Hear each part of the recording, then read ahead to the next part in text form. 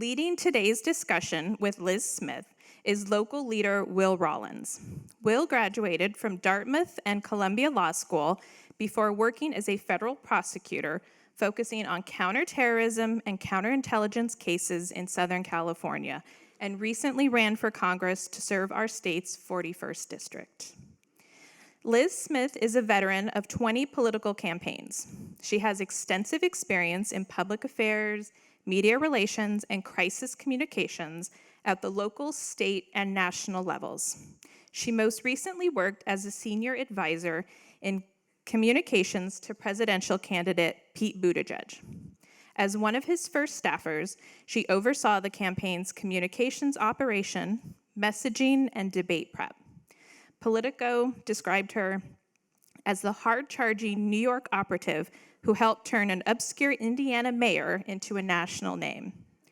Prior to working on Buttigieg's campaign, she worked on campaigns for everyone from President Barack Obama to Senator Claire McCaskill and Governor Andrew Cuomo.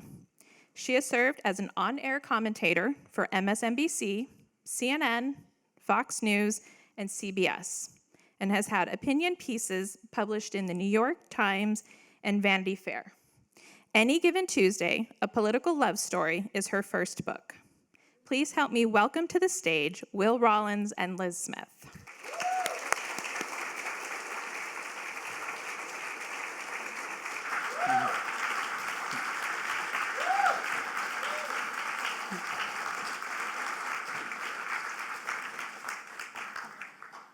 All right. Well, it is very appropriate that we are having this conversation on a Tuesday. Right? I didn't even think about that, yeah. It is Any Given Tuesday. Yes. And it's sunny and beautiful outside. So I know, lucky me. I sort of planned this as part of my spring break. And then, of course, I wake up this morning and it's pouring rain. But I am still thrilled to be here. I was not expecting this many people, so thank you so much for turning out. Well, and thank you, Jamie Kabler, for having us in the Rancho Mirage Writers Festival. I'm really happy to be here. And Liz, it is great to share the stage with the greatest political strategist of my generation. So thank you. I want to start actually by asking you something that you write in your acknowledgments section at the end, which is you say there are two things that you thought you would never do in life. You would never write a book, and you would never run for office. Yes. So when are you running for office? Yes, so, well, never. But then again, never say never. But with writing a book, to be charitable, like I have the sort of ADD that like no man-made medication can control. And, anyone who's read my book knows I've led a fairly frenetic lifestyle. I move job to job, town to town every year. So the thought of sitting down at a computer and having this regimented writing schedule was just like, just something I couldn't understand. But then, like a lot of people, Pete dropped out of the race in March 2020. 2 weeks later, the whole world shuts down.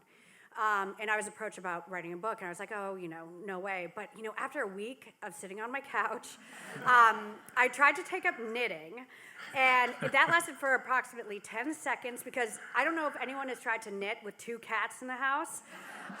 So that didn't work out.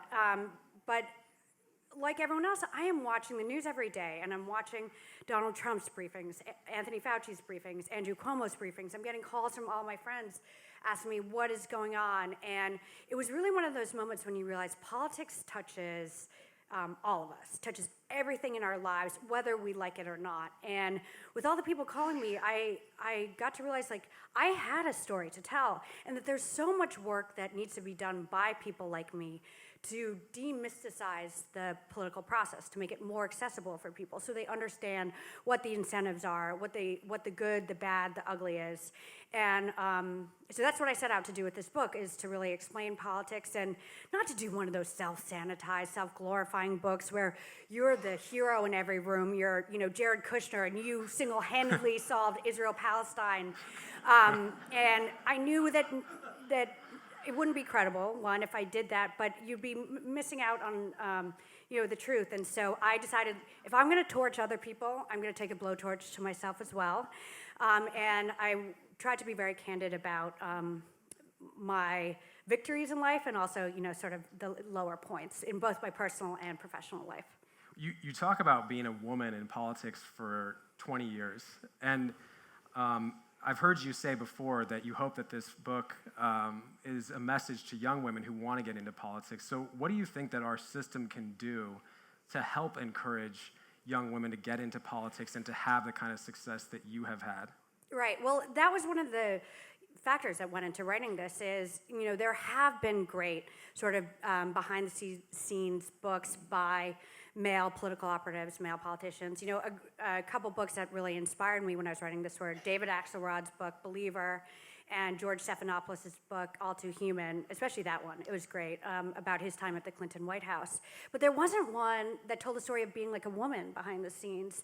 And to your question, I think what can help more women get involved is if you see more women like me in leadership roles.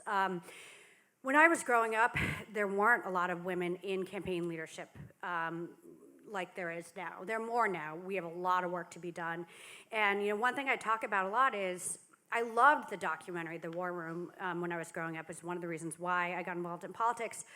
And you've got these big, larger-than-life characters, the rakish James Carville, who is just like a quote machine. You've got George Stephanopoulos. But the only woman in that whole documentary who gets extended airtime is Jennifer Flowers.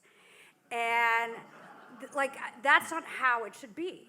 And so I wanted to write a story that's true, but where the woman is a protagonist, and to show young women that they could, one day be a campaign manager, or a senior advisor, or a senior strategist. But another thing that we need to do too is to lift up women candidates. We know that traditionally women candidates get less support from party organs.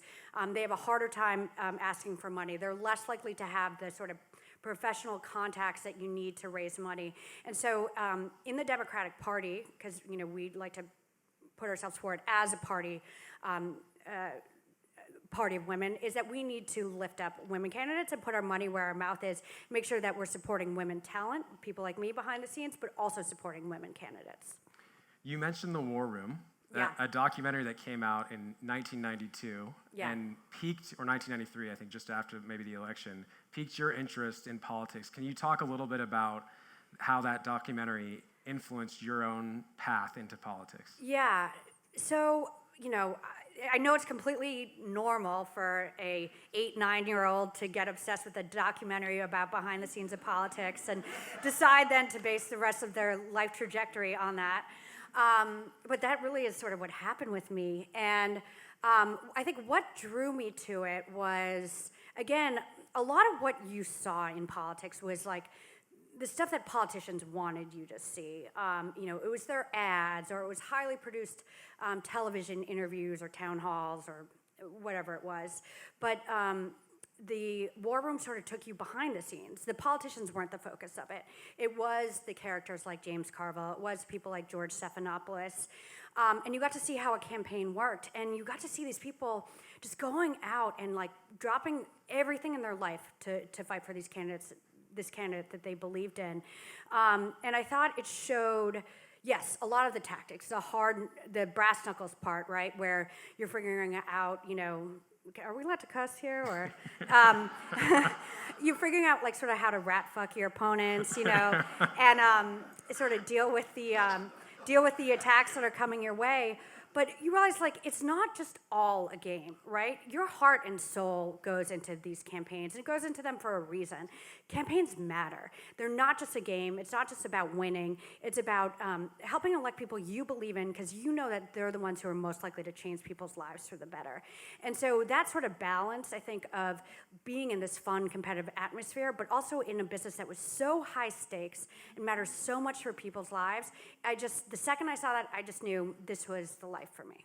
And I mean, could you have imagined that 20 years after that documentary came out, which featured a rapid response room for the Clinton campaign, you would end up directing President Obama's rapid response team in 2012? No, it was crazy. It wasn't lost on me when I got offered that job, how, I can't say I planned it all perfectly, but that it had sort of worked out that way. But, I talk about that in my book, and I say that I was like a pig in shit when I was offered this job. Because, I grew up, I'm a twin, I have a twin brother, and anyone who knows twins knows that there is like this sort of weird dynamic between twins. Sometimes people call twins emotional terrorists, but like, I like to think that, like, growing up, we'd go tit for tat on everything. We always had a quip for each other. We were competitive about, our grades, our performances in sports, et cetera, et cetera. And so when they called me and offered me a job of just like terrorizing Mitt Romney every day, I was like, I can't even believe I get paid to do this. Yeah. So tell the story about how you ended up terrorizing him once with a news reporter in Ohio, because and talk a little bit about why you ended up going to that TV reporter in Ohio, because of how reporters cover presidential campaigns and how that sort of has shifted over the years, and Stockholm syndrome, as you describe it in your book. Yeah. So I got started on the Obama campaign in January of 2012, and that was when you still had a raging primary. Sorry, did I say 2012? January of 2012. And there was this assumption that Mitt Romney was going to wrap up the nomination pretty early, go on and run unscathed as the general election nominee. It didn't quite play out that way. Newt Gingrich and Rick Santorum ended up running pretty spirited campaigns. So as long as they were in the race, my job was to try to get Mitt Romney locked into as many unpopular far-right positions as possible. Probably sounds, like something you hear every day now. As much as things change, they really do stay the same in politics. So the big issue du jour was whether employers would be required to cover birth control, regardless of their political and religious beliefs. And there was a bill in the U.S. Senate that would allow employers to opt out of covering birth control because of their religious and political beliefs. And we knew that if Mitt Romney adopted this position, that would be very, very hurtful to him in a general election. But if he repudiated that, it would be very harmful to him in a Republican primary. So he was in a no-win position. And I called all the reporters who were on the Romney plane and trying to say, hey, this is a really big issue. It is raging in Washington, D.C. You need to get Mitt Romney on the record about this. Now, none of the reporters would ask him about it.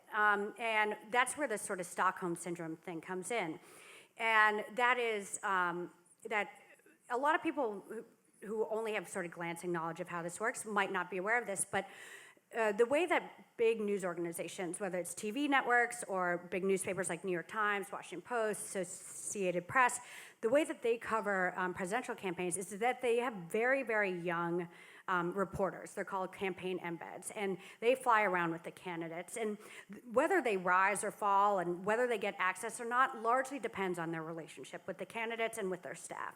And so it creates sort of a Stockholm syndrome dynamic where they're afraid to challenge the candidate. They're afraid to rock the boat. And they become sort of captive to them, where they think, okay, one, if the fate of their candidate if their candidate's doing better, they're more likely to get airtime, they're more likely to get stories written. So in a primary, there's not a ton of incentive for you to write negative stories about them because you want them to succeed because that's good for your career. But then there's also a thing where, you're with these people all the time. You're eating with them, you're drinking with them, you're on the plane with them, and you don't really want to challenge them, and you sort of start to identify with them. So getting these people to do their jobs and ask the tough questions is really hard. And they're much more likely to ask about, hey, what's your reaction to this poll that no one's gonna, care at all about in a week or remember in a week.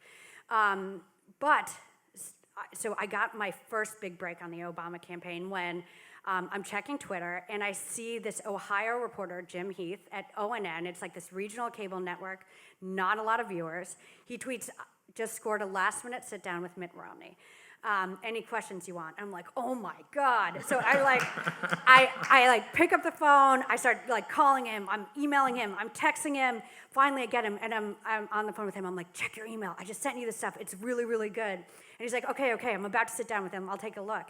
How I knew Jim Heath was I had worked on Ted Strickland, the governor of Ohio's campaign in 2010. I was his communications director. And I'd struck up a friendship with Jim Heath. We would watch Monday Night Football together because we lived in the same apartment building. And, we had a really good reporter-flack relationship. And just because of that one relationship I had, I was able to get Mitt Romney on the record on this. And, probably most people have memory hold this by now, but Mitt Romney at first said, I disagree with Marco Rubio and Roy Blunt on this. I think that birth control should be covered. Within a few minutes, though, then you have the right wing, everyone's saying, oh my God, this is a betrayal by Mitt Romney. Then Mitt Romney, in the course of minutes, flip-flops and says, actually, I do agree with this. So, right, that's like Mitt Romney in a nutshell. But so in the course of an hour, he managed to piss off the, moderates and then piss off the far right. And so no one position, it ended up, being on the evening news, trickling up, being in the New York Times, Washington Post, et cetera. But it was an anecdote that tells you, one, a lot about how reporter-flack relationships matter and why it's important for people like me to have good relationships with reporters, maybe sometimes forged over Monday Night Football, and why, and also the changing nature of the media system. And Right. I think we'll probably talk about that, yeah. Right, because you ended up finding out about this interview on Twitter. Yeah. Something that certainly didn't exist in '92 when CNN was the only cable news Right. network, really major cable news network in the United States. And so talk a little bit about how you've seen the media landscape change during your career and how social media in particular and things like Twitter have affected politics, and for better or for worse. Yeah, well, so that was the first election where Twitter really was a factor. And we were better than the Romney campaign at using it to our advantage. And I was really on the sort of front lines of figuring out how to use that to our advantage on the Obama campaign. And, traditionally how it worked was, in like my role on the campaign, rapid response meant that I had to watch every Mitt Romney event, every Paul Ryan event, and come up with the campaign's response to it. Generally how that would work is they give a speech, an hour later you send a statement, or you call the reporters on the phone, or, long before that you would fax a statement. But now what I realize is that you could sort of short circuit things using Twitter. And you didn't have to wait until after events. So, for instance, there were events where, where an endorser of his went up and called Barack Obama like a Muslim or a terrorist or something like that, right? And Mitt Romney, instead of doing what John McCain did in 2008 when he had a supporter say that at an event and John McCain very forcefully condemned the supporter, Mitt Romney refused to say anything. And so then I could immediately put something out on Twitter and say, wow, Mitt Romney refuses to condemn this. And then that becomes the headline of the event, not Mitt Romney talking about how he wants to create jobs in Ohio. And it helped us show that you could really use Twitter to sort of hijack the news cycle. Now, that was some way that we could use it to our advantage, but there are some downsides to it. There were a lot of times when reporters would tweet out quotes that were inaccurate and would go halfway around the world before they were corrected, or times when reporters would tweet things that were out of context. Unfortunately, we talked about how sort of the 24-hour news cycle sort of destroyed news, but Twitter has made it even worse because now it's not just what's happening every day. It's reporters and candidates who respond to these minute-by-minute incentives to always say something outrageous, to always be breaking news. And I do think that it has changed incentives in the news business in a negative way, where there is more an incentive on covering conflict, on getting scoops, no matter how big or small. And sometimes lost in all of that are the really big issues, the meaty issues, the substantive issues, the things that actually matter to people's lives. And because they're just, it takes too many words to explain. Right. And I want to fast forward a bit because, Yeah. spoiler alert, President Obama won in 2012. Yes. But by 2016, you were doing some commenting on networks. Yeah. And I want to read a quote that I liked and asked you sort of to expand on this a little bit, because I think it's a great commentary on our current, not just social media infrastructure, but cable news infrastructure. And you write, quote, in 2016, outrage was especially in demand, and I found myself regularly pandering to the lowest common denominator and making assertions I would never have made in a strategy meeting or even over dinner. Can you talk a little bit about that and how that's affected cable news in the way that our landscape is now? Yeah, and I mean, you've done cable news, so you understand this, is that when people go on cable news, generally you see them book someone on the left and someone on the right, and before you go on, they sort of try to pre-screen what you're going to say because they want the person on the left to say, something that's like really hot and outragey on the left, and you want the person on the right to say something that's really hot and outragey on the right because you want these like fireworks. And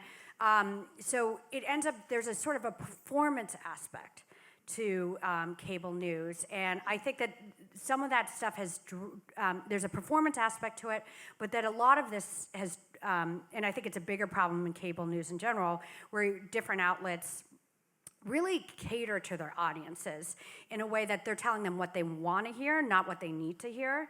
And that's how you can have people, who only listen to or watch right-wing outlets think that, the election was stolen, or that people who only watch or listen to left-wing outlets think that, Donald Trump is a Russian agent or whatever. And it's really destructive because it's in their business interest to foment conflict and to only elevate the most extreme of voices, and it has a very distorting effect on our politics because most people in politics aren't on the far left or aren't on the far right. They're somewhere right in the middle, and so a lot of the voices and opinions that you hear on air don't really reflect where most people are, but it does contribute to a lot of incentives. Then, if you're a politician, if you're on the left and if you're a Democrat and you want to get on cable news, you got to say some crazy shit, and you're more likely to get booked on MSNBC or any lefty network if you say defund the police than if you say we need common sense criminal justice reform, And same with on the right wing, there are more incentives to say crazy things, and I do think that's a problem, and it's something that's only getting worse over time. Do you think that there is maybe a business model that can succeed without doing that in the modern landscape? Because it seems really, really challenging financially, and certainly the death of a lot of print journalism, I think, maybe foreshadow this. Do you think we can do something about it? I would love to think there is. I just haven't seen a model that works. And you see it increasingly now that people on the Democrats, calling the New York Times right wing, which is just insane, And because people really just want to hear things that reinforce their worldviews, and increasingly among the consumers of news, they just want to hear what they want to hear. And so in some ways, media organizations are shaping the opinions of their consumers, but in some ways they're responding to what their consumers want. And what their consumers want is, like chicken soup for the soul, not anything that's going to challenge their worldview. So it is really hard to see if news organizations are reliant on subscriptions and things like that, it's really hard to see them really trying to go right down the middle when people tend to pay for things that reinforce their worldviews. Right. I think you've been ahead of the curve in advising a lot of candidates on media and comms. Are there any trends that you see developing now that you think are really encouraging, at least in the media, maybe from a pro-democracy standpoint and a pro-informed public, or worrisome that you think could continue to trend worse in the next few years? Yeah, look, I think it's the willingness of the media to call bullshit is good, right? When and it was really tough for reporters covering Donald Trump, because this is a guy, like him or hate him, like you got to admit that this is someone who spews out a lot of falsehoods, right? And sometimes in less than a minute will spew out a lot of them. And whether you think that they are malicious or just part of his persona, he does do that. And so there was this delicate dance at the beginning of his presidency. Well, do you call a lie a lie? And a lot of reporters were afraid to do that. But now what we've seen is, with both people on the left and right, that reporters are more likely to call balls and strikes. And I think that's a good thing, versus just saying, this person said X, this person said Y, and giving them both equal weight. In terms of bad things, again, we talked about some of the polarization in media. I think, I think that is bad. And one thing I try to do in my job is I don't well, for my mental health, I try not to watch a lot of cable news. And that was something I learned like early on in the pandemic was like, and it was helpful, frankly, when I was writing a book, was turn that stuff off because it does drive a lot of anxiety. But when I do watch it, I try to have a regular diet. I go to MSNBC, I go to CNN, I go to Fox to see, what the different viewpoints are on each of them and how they're covering the news, because it's helpful for me to see. But it's like different worlds, man, like when you're watching that stuff. And it's wild how you can get like these are news organizations, but you're getting totally different versions of the news from them watching them. So I think that's a problem. Another problem that exists and that we hear about ad nauseum is the death of local media. That really matters in local governance. It matters, you're not going to find out about corruption on the local level. You're not going to find out about a lot of these things if the local media is dead. And then when the local media dies, where do we think these folks are going to get their media? They're going to the very polarized national outlets that are like tearing our country apart. So there are a lot of consequences for the death of local media. And there are some models we've seen across the country of sort of nonprofits trying to step in and build up news organizations in states where the local media has been decimated. But that's going to be really, really important in the coming years. Because otherwise, that's why in states like Ohio, you have this massive corruption scandal in the state house. And there are a lot of signs that this was afoot before, and I think some of them were missed because there wasn't a lot of local media to hold politicians accountable. I want to fast forward from 2016. Spoiler alert: Donald Trump won that one. To 2020, where you had a lot of success penetrating the right-wing bubble in media with Secretary Pete. Yeah. And before I ask you about sort of the strategy behind that, can you share the story about how you first heard of Pete Buttigieg and what your reaction was to learning about him? Yes, so I remember I was sitting at home. It was like, I think, right before Christmas in 2016, Donald Trump had just won, and I got an email out of the blue from someone being like, hey, you've got to check out this guy, Pete Buttigieg. He's running for DNC chair. And I remember my first reaction was like, oof, tough name. And, like as if like that mattered. Sometimes, in politics you do things sort of superficially like that. But then I remember thinking like, okay, whatever. And I just started Googling him, and I just like fell down this rabbit hole. I read all the stories about him. I watched all the YouTube videos of his press conferences, interviews. And there's just something I found so mesmerizing and compelling about him, because he was just like, he's 34 years old, but like so calm and so mature and like so self-possessed.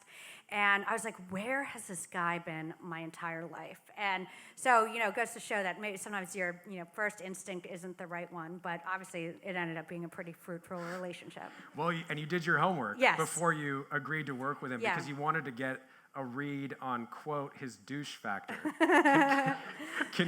And this is the quote. I want to read your quote really quick, and then you can talk a little bit about it. But you said, quote, "To my jaded political mind, no one could be 34 years old, floated in the New York Times as the first gay president, named as one of 4 future voices of the Democratic Party by Barack Obama, and not be a douche."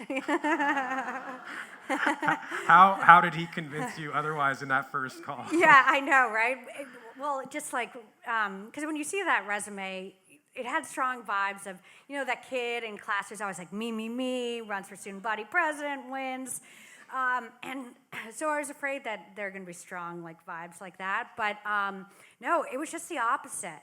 And, when I first talked with him, when I first sat down with him, I remember, when I was writing my book, I went back and like listened to the audio of my first media prep with him.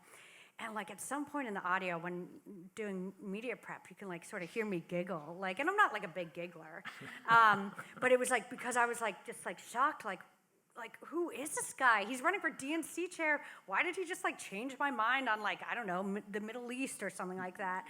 And what I found so compelling about him at that time was, there had been a long trend in politics, certainly, post Bush's victory in 2000, sort of a dumbing down of politics, where like people were told not to be intellectual, not to be wonky, not to be thoughtful. Like when John Kerry was running for president in 2004, some of the oppo against him was videos of him speaking French, but Pete was very unabashedly intellectual. Like he went out there and spoke seven languages and was proud of it. And I liked the fact that he was someone who was, willing to be, outwardly smart, ooh, scandal. But there was, but there was also something I found really compelling about him because, if you guys remember December 2016, January 2017, there was, to put it mildly, a, Democratic freakout, after Trump won. Because we were like, what did we miss? What did we get wrong? Maybe we didn't attack him enough. And there was this view that to beat Trump, we had to be Trump. And so you saw a lot of Democratic voices on cable going out and being yelly, screamy, calling everyone a racist, misogynist, homophobe, whatever, and finding the most over-the-top language to use. And that's how you had people like Michael Avenatti, become huge because there was this view that to beat Trump, you had to be Trump. And what Pete and I realized early on in that race, even though he wasn't running for president then, though that's when the seed was planted, was that no, that was the wrong way to look at it. That to beat Trump, actually, you had to be the antidote to Trump. And that's really what Pete offered to me, was sort of an antidote to all the yelly, screamy, outrage-driven politics. Someone who was, even though just 34 or 35 years old, was the adult in the room. So Pete he lost his race for DNC chair. Yeah. But of course he comes back in 20, and you eventually agree to work on his presidential campaign as well. And as I think you write in your book, no money, no name ID. Yeah. The conventional wisdom would have been no chance. So how did you confront that conventional wisdom at the beginning of that race? There were a lot of people who'd already announced who were much better known than Pete. What was the strategy, and how did you think through that at the beginning? Yeah, actually, I ended up staying with him after the DNC chair race. He lost the DNC chair race. But a funny thing you learn if you're involved in DNC politics at all is that the only loser of the DNC chair race is the person who wins it, because then they have to be a DNC chair. That was the only campaign I've worked on where I got a losing bonus. So I stuck around with Pete, and right after he dropped out of that, I raised with him the crazy possibility, maybe you should run for president. And because we'd just seen he was able to tap into something, I just knew that he had a message, and sort of the way he carried himself, his bio, it's something that could connect. Now, flash forward. When he decides he's going to run for president, people thought he was crazy. And when I told my friends that I was going to turn down, bigger names to work for him, one of my friends was like, I mean, did you lose a bet or something? And I was like, no, I really believe in this guy. I really think that he could go somewhere. But of course, he was 37-year-old mayor of a town of 100,000 people, openly gay. So not exactly like a traditional background. He had that tough last name, no national fundraising base. So how could we rise? And the one thing that I realized that we had in our arsenal was something that everyone else had access to, and that was to free media, to the press. And that that our only way to rise was by him going out in the media as much as possible, saying yes to as many interviews as we could, and having him knock it out of the park. Now, this isn't a strategy that would work for everyone.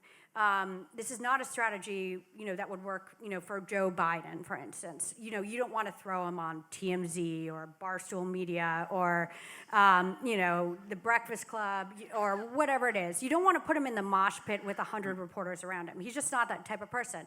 He's got plenty of other skills that make up for that.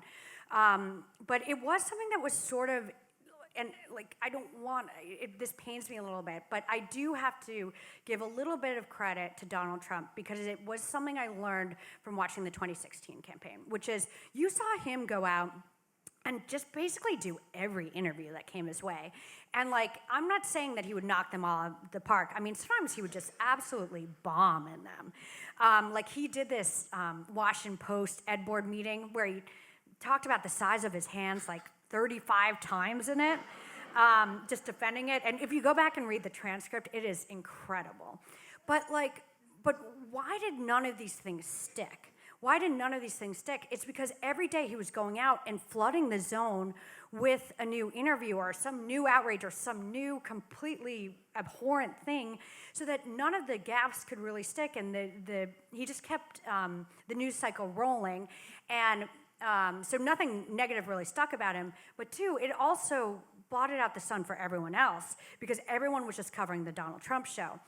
On the other side, you had Hillary Clinton, who really restricted access to the media. And so that when she went out, so one, it created this cat and mouse dynamic where the media was sort of then out to like ask her tough questions and trying to get her to mess up.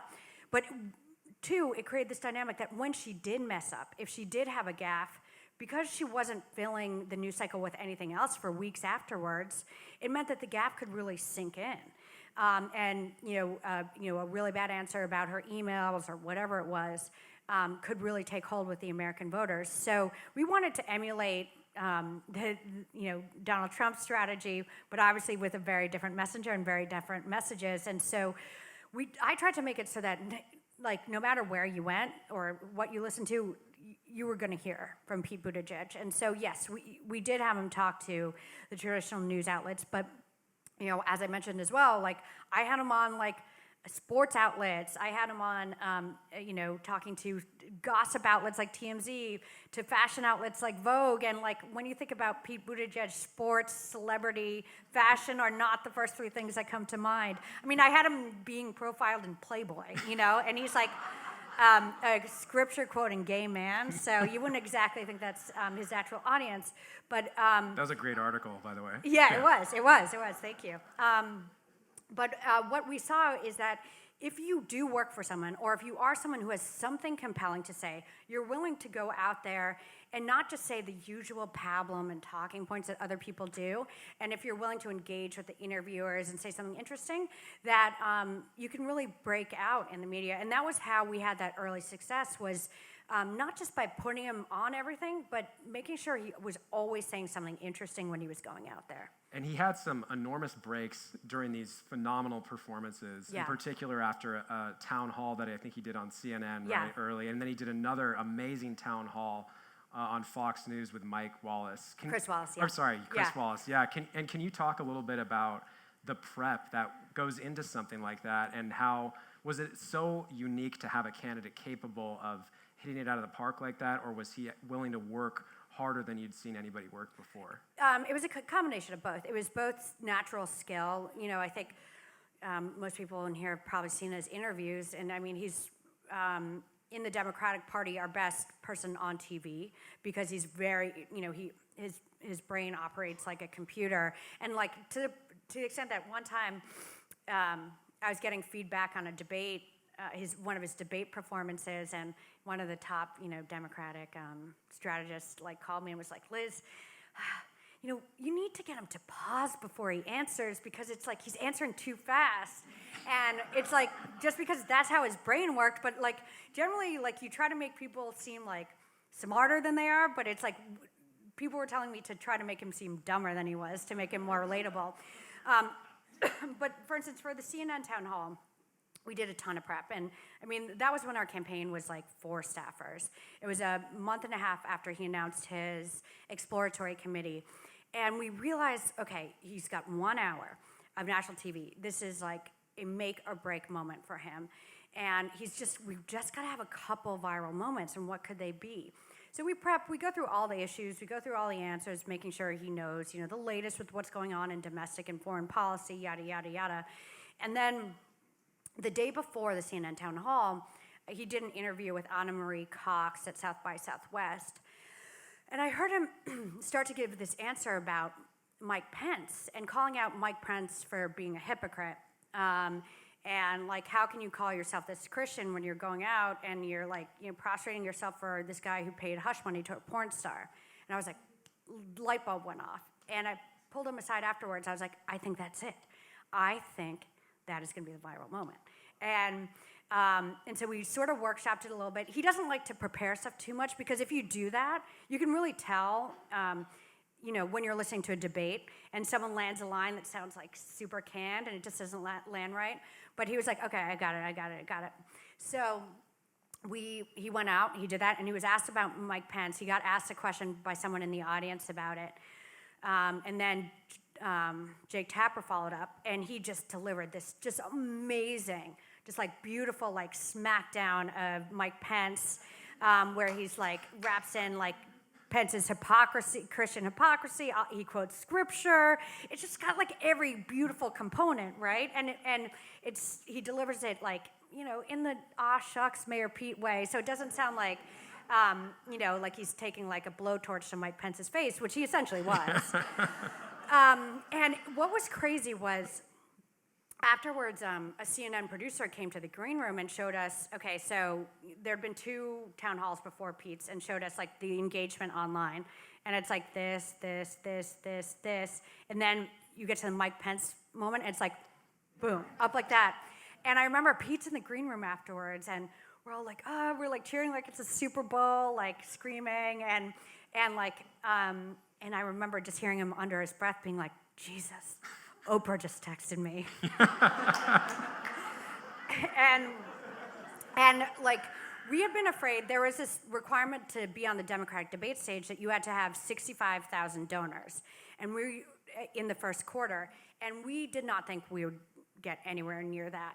I think up to the point of that moment, we had 13,000 donors. Within 40 hours, we'd hit 65,000. Like within 48 hours, it was like 100,000. We had set a goal for that quarter of raising $1 million, and in 48 hours, we raised $1 million. We ended up raising $7 million that quarter. And the next quarter, he ended up raising $24 million, which was the most out of any presidential candidate. But it does show you how one moment, just one really good moment, if you really plan it out well and have a candidate who is really prepared to do it, that can really change everything. And like I talk about the campaign as, pre-CNN town hall and post-CNN town hall. That's how much it meant for us. So another part of your strategy, which I didn't know about till reading the book, was modeled on the Straight Talk Express, which you unsuccessfully lobbied to get changed to the Gay Talk Express. I did. Pete didn't like that one, yeah. But talk a little bit about the decision to model your campaign's tour in Iowa on that that successful McCain effort. Nearly, I guess it had been 20 years prior. Yeah, and that's where you can see like being sort of someone like me who I was a political nerd. I really did study this stuff, whether it was the War Room or the Straight Talk Express, which was happening, when I was in high school. I tried to absorb things that I saw other people doing in politics, learn from them, and build on them. And so after Pete had this moment, he went viral. He, was near the top of these polls. He sort of plateaued over the summer of 2015. And he sort of lost the joy in the campaign. He then was like running 4th in Iowa and New Hampshire, 4th or 5th. He had a couple debate performances that were good, serviceable, not really breakout performances. And like the thing that hurt me the most was like not that people were writing negative things about him. It was like they just weren't writing about him at all. So I realized like he needed to get his mojo back. We needed to get a spark back in the campaign. So I convinced Pete and I convinced the campaign to let me do a modern day version of the Straight Talk Express. We never settled on a name for the bus, as Will mentioned. I did lobby to, tongue in cheek, to call it the Gay Talk Express, but Pete rolled his eyes at that. For those of you who aren't familiar with the Straight Talk Express, that was what was credited with McCain's rise in the 2000 campaign, which is McCain was someone who was very good with the media. He had an amazing reputation with the media. He was seen as this maverick, this straight talker, someone who could be chummy with them in a way that, someone like George Bush, who had $1 gazillion but couldn't really, interact with the press, didn't have. So he used that to maximize his press coverage, get him out there, and he was, a very likable guy with a really compelling bio, so it worked in his advantage. And so Pete had a lot of those things. He was good with the media. He said interesting things. I knew he was quick on his feet. So we decided to resurrect that. Now, but things had changed. Back in 2000, you didn't have like Wi-Fi at the time. You didn't have Twitter. So people couldn't be putting out like every utterance and every gaffe of yours. They would have to wait hours to file something. And by that time, the world has moved on. So some people thought I was absolutely crazy. And I mean, I am like a little bit crazy at least. But like with Pete, he always had this attitude that nothing ventured, nothing gained. And so we did that. And we put every media outlet, every national media outlet plus local outlets on the bus with him, and he would sit here, he'd have 2 chairs around him like this, and then all around, you would have the national networks, New York Times, Washington Post, Wall Street Journal, yada, yada, yada. And it just allowed them to ask him whatever questions they wanted. And at first it was super awkward, and you could really tell that reporters were just so not used to it, because they get on the bus, and they're like the dog that caught the car, because like they just don't know what to ask. And it was like a really, really bad first date, is how I describe it, right? Because the conversation was so strained. It was like, hey, how did you and Liz first meet? That was literally one of the questions, right? But after a while, it loosened up, and the rapport became better, and you saw them stop getting out of asking, what about this poll? What about this poll? What about Donald Trump getting impeached? Do you think he should be impeached, right? The same questions. And you got into deeper questions about him, deeper questions about things affecting the electorate. And I thought that it led to much better outcomes in terms of press coverage, but it also led to a lot more press coverage. And I think that was really a crucial part of him getting his mojo back and us getting the bump, was because it undeniably led to a lot more press. And it's a reality of what I do, is that if you want more press, you got to give press more access. And so it was a risk, but it really did pay off for us. And you guys had booze on the bus. Oh, we did. Yeah. So I got some advice from some of the McCain people. I did my research. I called all the reporters. I called a bunch of McCain staffers, and they were thrilled that I was doing this. They thought I was crazy, but they were thrilled, and they said, most important thing, you got to feed them. You got to get them 3 square meals a day, and make sure they're good meals, right? I was like, okay. And there's like, second most important thing, you got to have booze on the bus. And so we did. We had red wine, White Claw, Bud Light, Bud Heavy, brown liquor, clear liquor. The only thing we didn't have that John McCain's Straight Talk Express had was a margarita machine. Oh. But next time. Well, we only have about 10 minutes left, so I want to ask you quickly about 2024. Yeah. And first, let me just say, on any given Tuesday, the former president of the United States might be indicted. I know. Has anyone checked their phones? It could have happened when we're up here. Yeah. I mean, so I want to ask, how do you think the politics of that indictment would play out, both on the Republican side and then in the general election? Right. So this is the thing, is Donald Trump is someone who is, it's so frustrating to make any predictions about him, because he has upended everything we thought we knew about politics. But I have noticed, I think a lot of people have noticed, that in recent years, we've fallen into this pattern of like, when these bad, catastrophic things happen to Donald Trump, instead of being like, wow, these are bad and catastrophic, we're just like, well, of course this is going to help Donald Trump, or how is this going to help Donald Trump? And I don't think that that's quite the right way to look at things either, because whether you're Joe Biden or Donald Trump, being indicted is not a positive. Being indicted is not a good thing. Now, where I could see it helping him in the short term is we're seeing that play out right now, which is it has rallied the Republican establishment around him, whether it's Kevin McCarthy or a lot of his opponents. You saw Mike Pence say he thinks it's politically driven prosecution. You saw Ron DeSantis do that also, while taking a little bit of a dig at him by saying, well, I don't know what it takes to pay off a hush money to a porn star who I had an extramarital affair with. That was a clever response. I'll give Ron DeSantis that.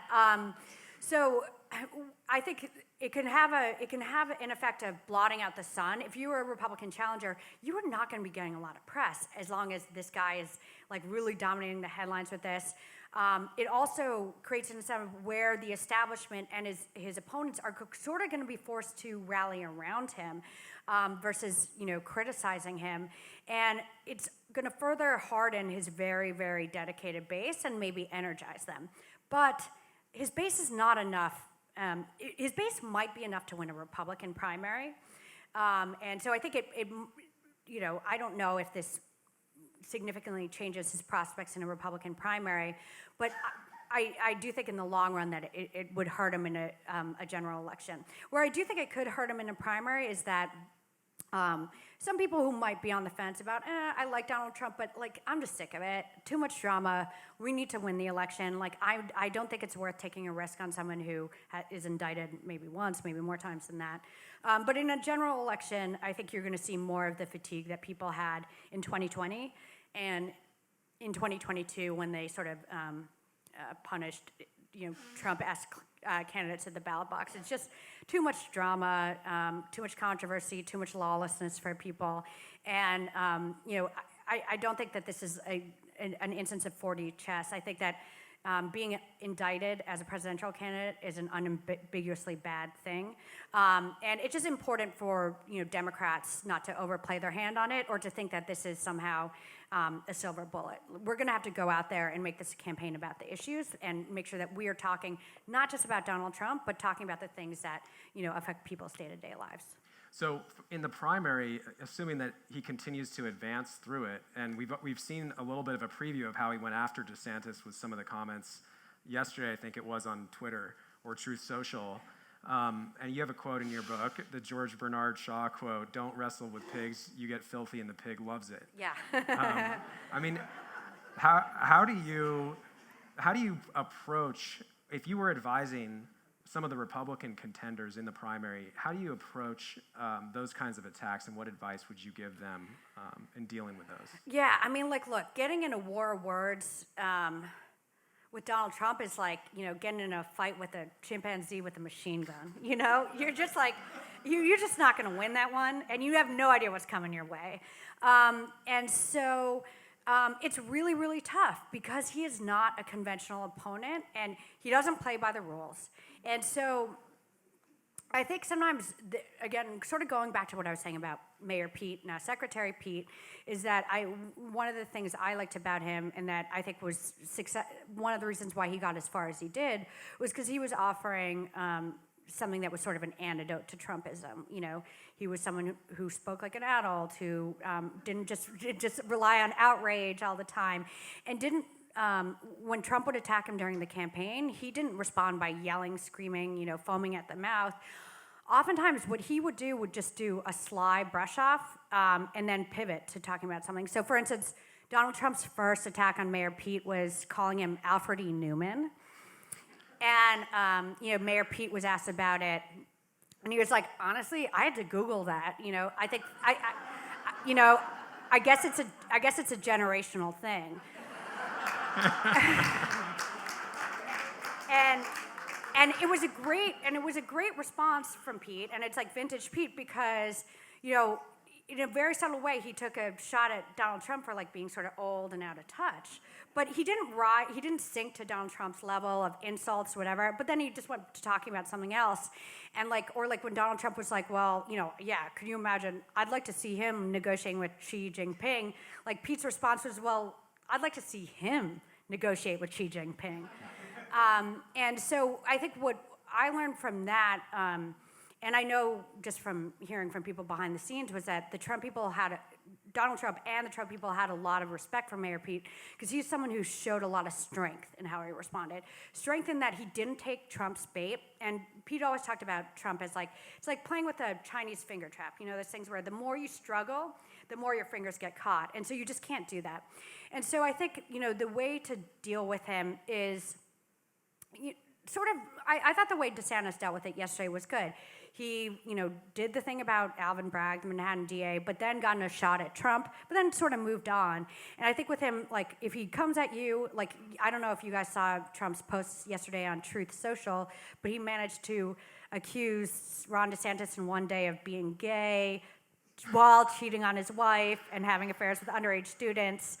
And how are you gonna? First of all, I mean, those are completely, contradictory things. But how are you going to, what's the point in responding to all of that and getting wrapped up in that? So I think what's smart is to, take him on, brush him off, but then move on and really make sure you're talking about yourself and you're talking to the American people, because if you're just talking to Donald Trump, you're playing his game. And like, he really thrives when he is when he's the circus master, and you can't have a circus if no one shows up to it. So I know you probably hate this question, Yeah. but do you want to give a prediction for 2024? Oh my God! After 2016, I'm like sort of out of the prediction business, because I was definitely one of those people who was on cable news being like, "There's a 0% chance that Donald Trump wins the election." But look, today, sitting here today, the most likely scenario is that Joe Biden is the Democratic nominee. I mean, I don't think anyone serious is going to challenge him, and that the most likely Republican nominee is Donald Trump. That doesn't mean that he is going to be the Republican nominee. There's a lot that can happen between now and then. It's just really hard to imagine, with his grip on the base of the Republican Party and how Republican primaries work. So for instance, in the Democratic Party, in our primaries, if the front runner, if the winner of a primary gets 30% and the person who comes in second gets 25%, delegates are awarded, the first place person gets 30% of the delegates, the second place person gets 25%. In the Republican primary, you just have to win, and it's winner takes all. So Donald Trump right now is at the support level that if you have a multi-way primary, he has enough to win, and enough to win most primaries. So if that holds, he should be able to win the nomination. Then my prediction is that will be the most depressing general election of all time. But it is one where, based on the last couple election cycles, that would give Joe Biden the edge. And last question for you before we wrap. What's next for you? Good question. I think as we saw in my book, I sort of let life sort of take me. And I just sort of never know what's coming next, and I just sort of go with my gut. So I don't know. I've been taking off a little bit of time after the election and book. I'm working on some new projects, but we'll see. I'm sure that it will be something very, very exciting. Well, if anybody hasn't read Lis Smith's book, it's incredible. Go buy it now. Liz, thank you so much for doing this. Jamie, the Ransom Mirage Writers Festival, thank you.